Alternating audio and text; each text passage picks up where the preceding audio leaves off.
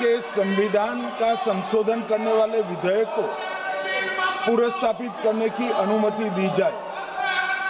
महोदय, मैं प्रस्ताव करता हूं कि जम्मू कश्मीर पुनर्गठन अधिनियम 2019 का संशोधन करने वाले विधेयक को पुनर्स्थापित करने की अनुमति दी जाए। महोदय, मैं प्रस्ताव करता हूं कि संघ राज्य क्षेत्र शासन अधिनियम 1963 का संशोधन करने वाले विधेयक को पुनर्स्थापित करने की मंजूरी दी जाए। I stand to oppose the introduction of J&K Reorganization Amendment Bill 2025, Union Territories Amendment Bill 2025, and the Constitution 130 Amendment Bill 2025, sir. Sir, this violates principle of separation of powers, due process, undermines the right of the people to elect a government.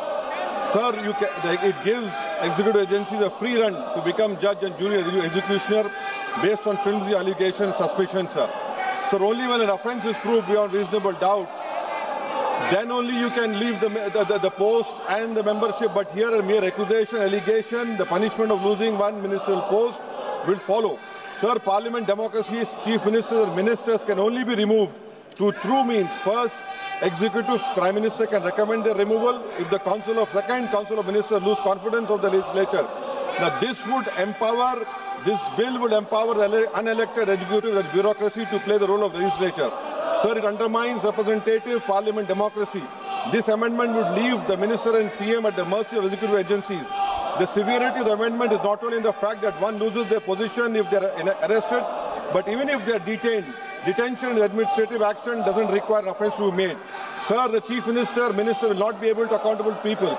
I want to know from the Honourable Home Minister, as he read Article 74(1), which says that the Council of Ministers headed by the Prime Minister to aid and advise the President, who shall, in exercise of his function, act in accordance with such advice. Now, this bill clearly violates 74(1). Sir, this is the 1933 Gestapo when Gestapo was found in Germany. This government is hell-bent on creating a police state. This will be a death knell and leash on elected government, sir. Indian Constitution is being amended to turn this country into a police state. BNS 152, the Home Minister promised in this House that sedition would not be used. Section 316, Section 9 of BNS, PMLA Section 4, all these can be used to destabilize an elected government, sir. That is why I oppose the introduction of all these three bills.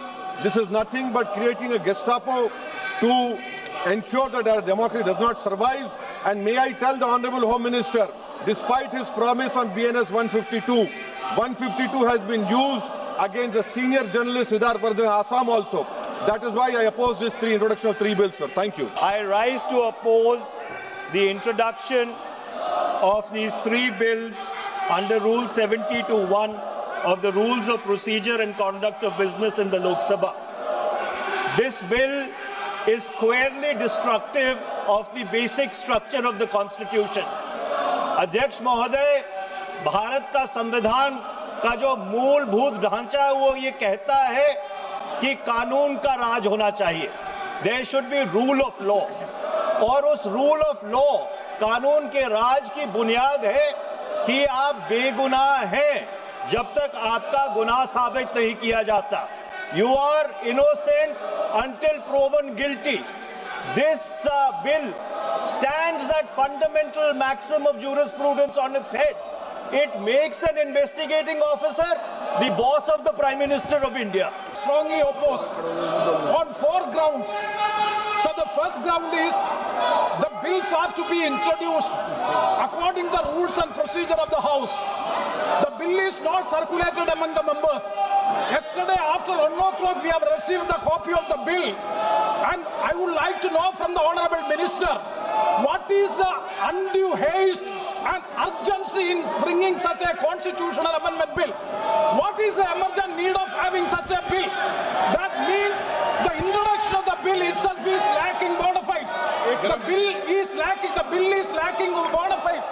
That is why I would like to say that this is with a malafide intention to destabilize the opposition-ruled states in various parts of the country. Number one. एक minute माननीय अध्यक्ष जी, प्रेमचंद्रन जी कह रहे हैं कि जल्दबाजी में लाया गया.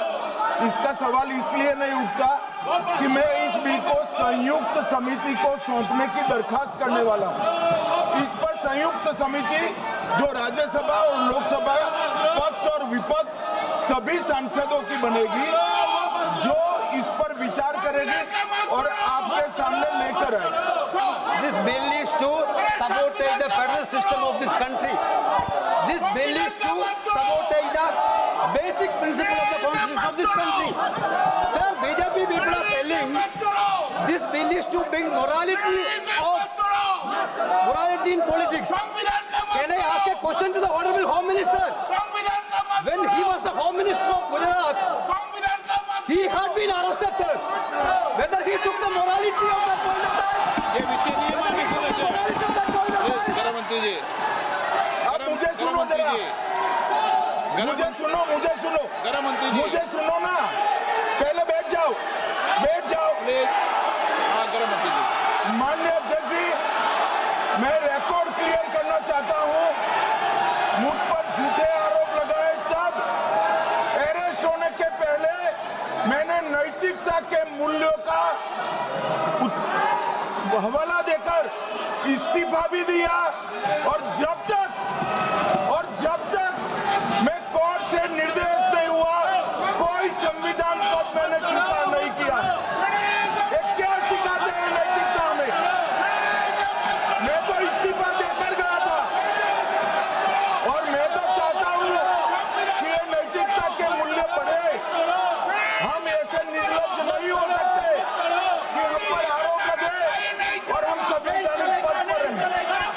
अरेस्ट के पहले मैंने इस्तीफा दिया है।